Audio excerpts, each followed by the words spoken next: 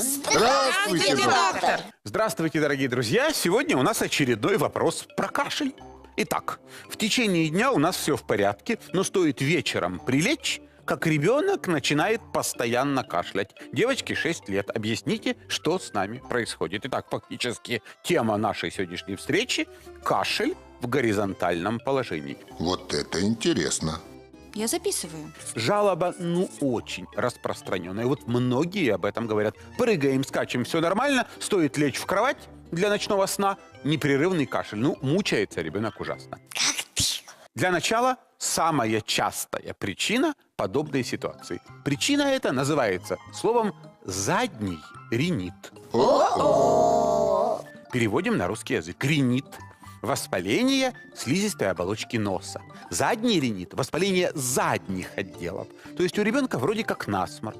Образуется большое количество слизи. Но слизь эта течет не вперед, а как бы назад, стекает по задней стенке глотки. Ну да. Я записываю. Когда ребенок находится в вертикальном положении, то он, разумеется, эту слизь с легкостью глотает, и она никак себя не проявляет. Но стоит ему принять горизонтальное положение, слизь накапливается в глотке и раздражает ее и вызывает кашель. А что же делать? В любом случае, для начала надо поставить диагноз. Слово «задний ринит» говорит о том месте, в котором имеется воспалительный процесс.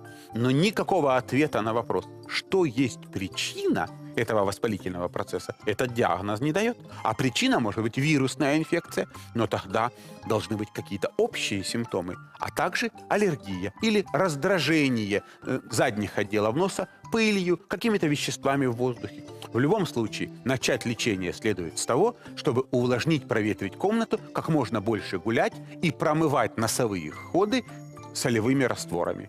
Завтра начнем.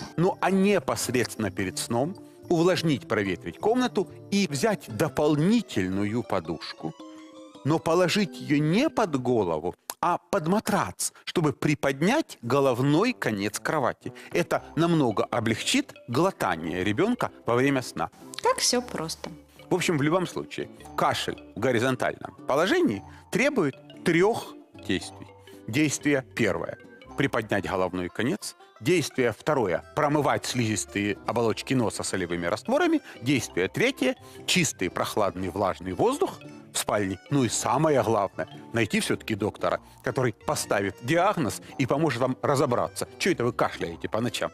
Удачи вам, разбирайтесь. Всего доброго. Не болейте, не шмыгайте носами. Все будет хорошо. Спасибо, доктор.